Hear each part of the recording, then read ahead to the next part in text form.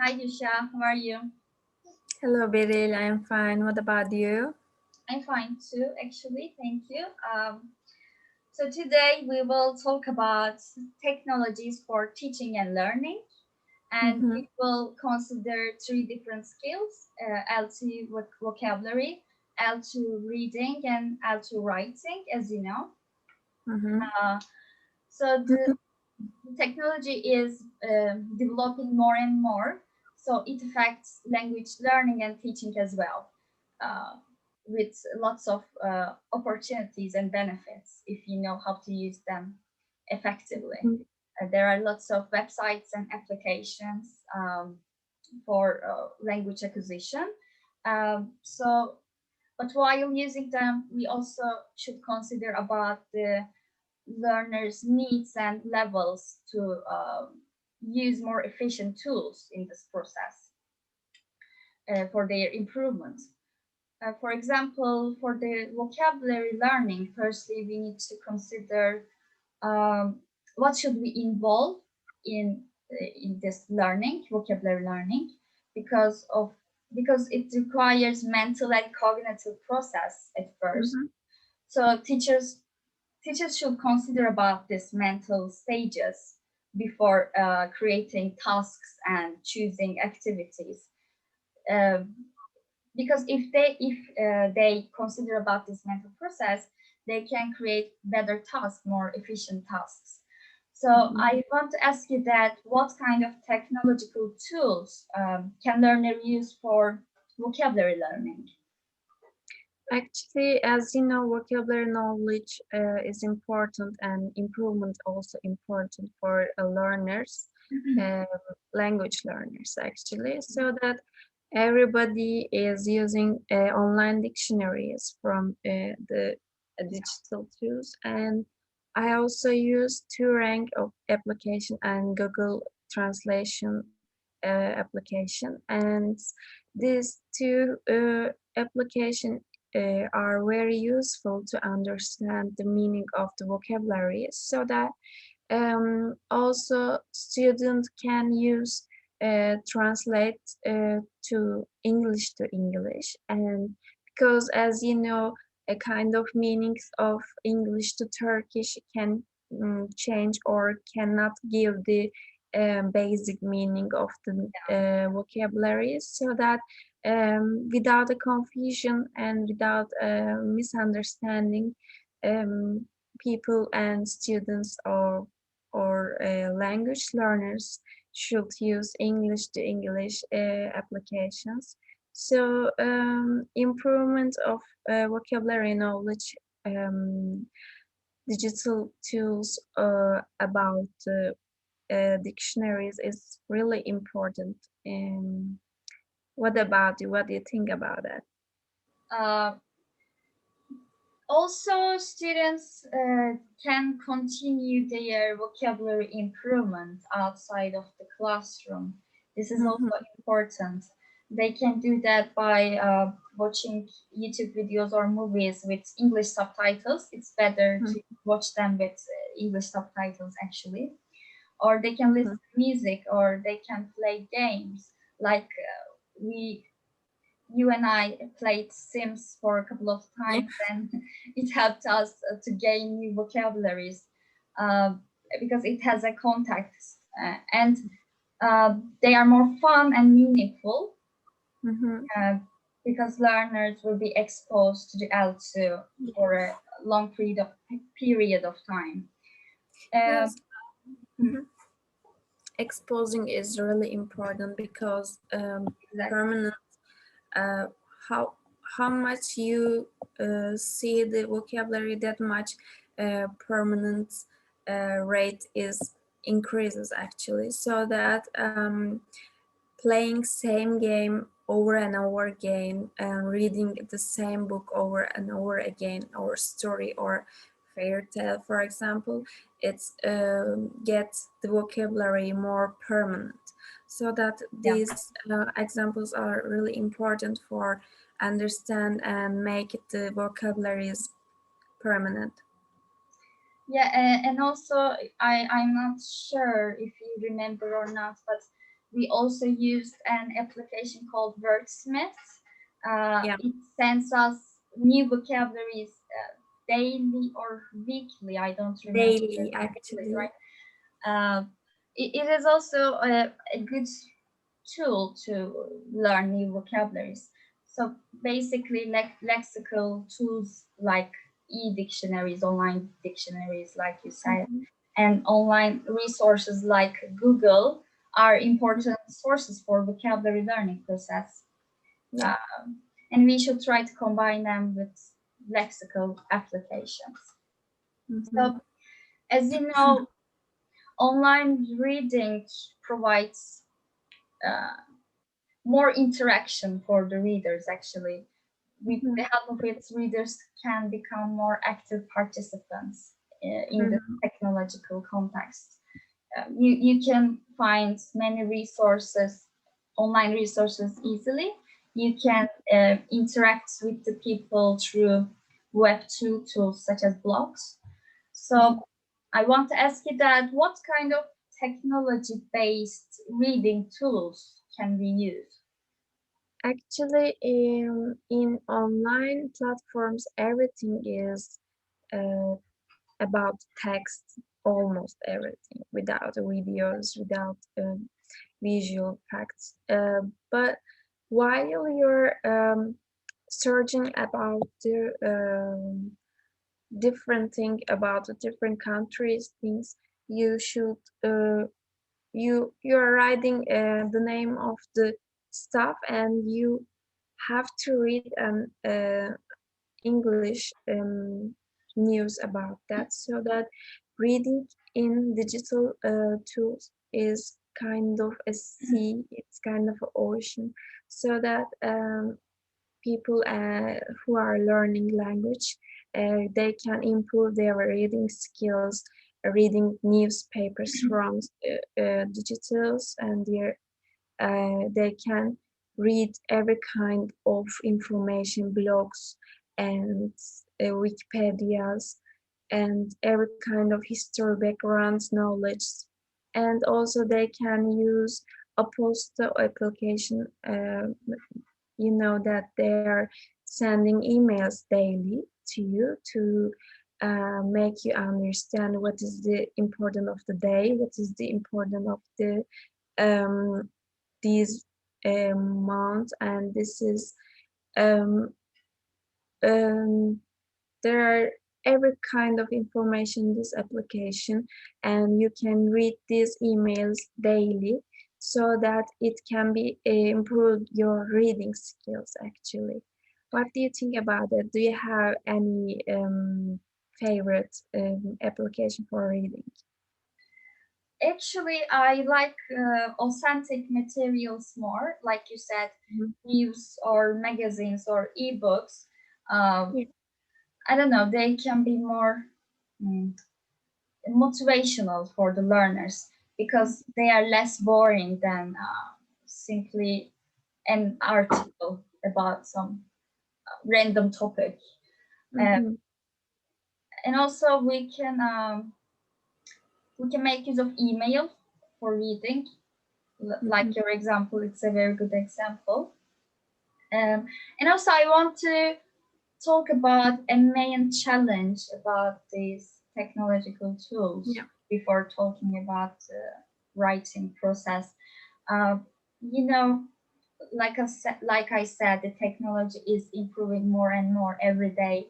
So because of this situation, there are lots of tools. There are many tools. Like you said, it's like an ocean, and Yeah.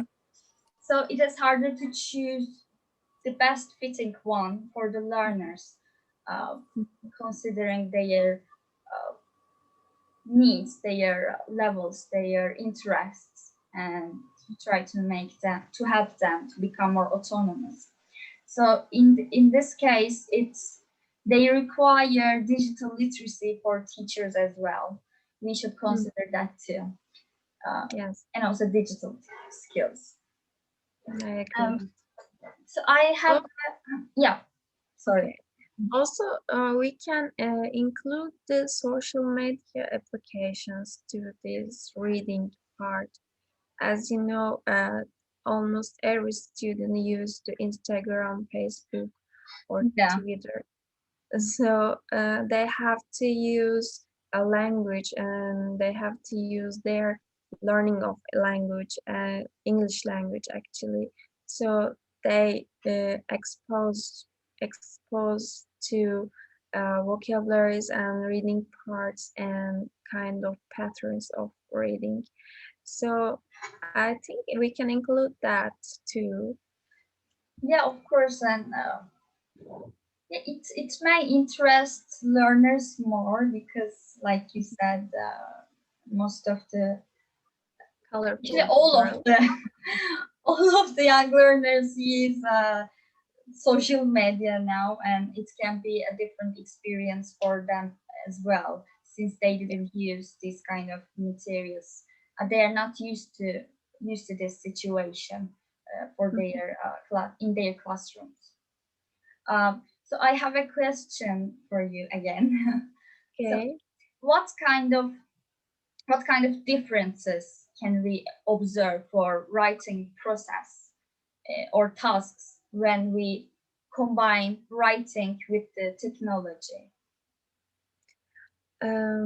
Actually, writing is one of the most important skill in language learning, and writing should be more proper than other, because while we It's are harder. speaking, yes, while we are speaking, we can make some mistakes, but you can understand me better. I can understand you what you try to say, but while we are doing the writing, it's kind of more official and It's platform for more everybody. formal. So that's correctness, and it's more important for students, and they get hard. The most students actually getting hard at writing activities, because uh, they cannot remember what is the patterns, what is the propositions, what is the articles, and this is really different from their mother tongue. So that learning and uh, learning and improving this skill is um, they should expose this language, so that while they are writing about articles, writing about some topic, they can use one application. Actually, it is really beneficial for students to improve their writing activities and writing skills. It's Grammarly. While you are writing uh, text, it's this application fix your miscorrect mis words and Yeah. your punctuation actually. And while this correct uh, things goes on, you can you can start to rely what is this meaning of the proper one, and you can understand that, because there is a different colorful change in this Grammarly application, and it make this vocabulary learning also be permanent and improve their writing, and at the same time uh, vocabulary knowledge. Yeah, actually, I want to add something about the formal language you have mentioned. You know, the written language itself has changed because of the social media, actually. Uh, Mm-hmm. so this is why I think we should try to find ways to make students learn about the written language we use in the classroom context as well, not only the informal language. Uh, yeah. So, like you said, they need to be exposed to the formal language also, because Mm-hmm. it is an important aspect of writing. Actually, it's one of the most important aspects of written language. So, as an example, I want to give that I think one of the most beneficial one for writing is writing a blog, which is a Web2 application, and you and I used it in the university, and we still use it actually because it was really fun to do that. I mean, you are producing something and it is your own. Yeah. it, I don't know, it's really fun and motivational, basically. Me too. And again, in this situation, we can again try to include other Web2 tools like Twitter or Facebook into our syllabus. Yes. And also, like Grammarly, with the help of Google Docs, we can give feedback or error correction for writing tasks, actually. Also, I want to add something to your thoughts. Reading and writing is bounded each other because Exactly. while you are reading, And also vocabulary, by the way. yes, also yes, of course. For reading, you need to understand the words. Yes, you are understanding words, and also you are making the patterns more more understandable in your head, so that you can write about these patterns based on a book what you have read back, actually, so that they all these three things bound on each other. Yeah, exactly. I completely agree with you. While trying to improve one of your skills, you need to consider other ones as well, or else it won't be sufficient, actually. So I want to briefly conclude the things if you don't want to add anything else. Yeah, no, you can make your conclusion. Thank you. So basically, I want to say that teachers should be more open-minded about new technologies and those kind of tools, because they are great sources for developing L2 skills. This is why they should try to be more familiar with them and search for the beneficial ones for the learners, because in our era, every teacher should have digital tools proficiency, actually. Yes, I strongly agree with you. Digital tools proficiency is really important for every student in these days, and every teachers as well. It's how much they efficient, that much students get more information from them, so that this is really important point. Thank you for this thought. And thank you for the discussion, by the way. Thank you too. I am stopping the recording right now. Okay, have a nice day, baby. You Bye. too. Bye.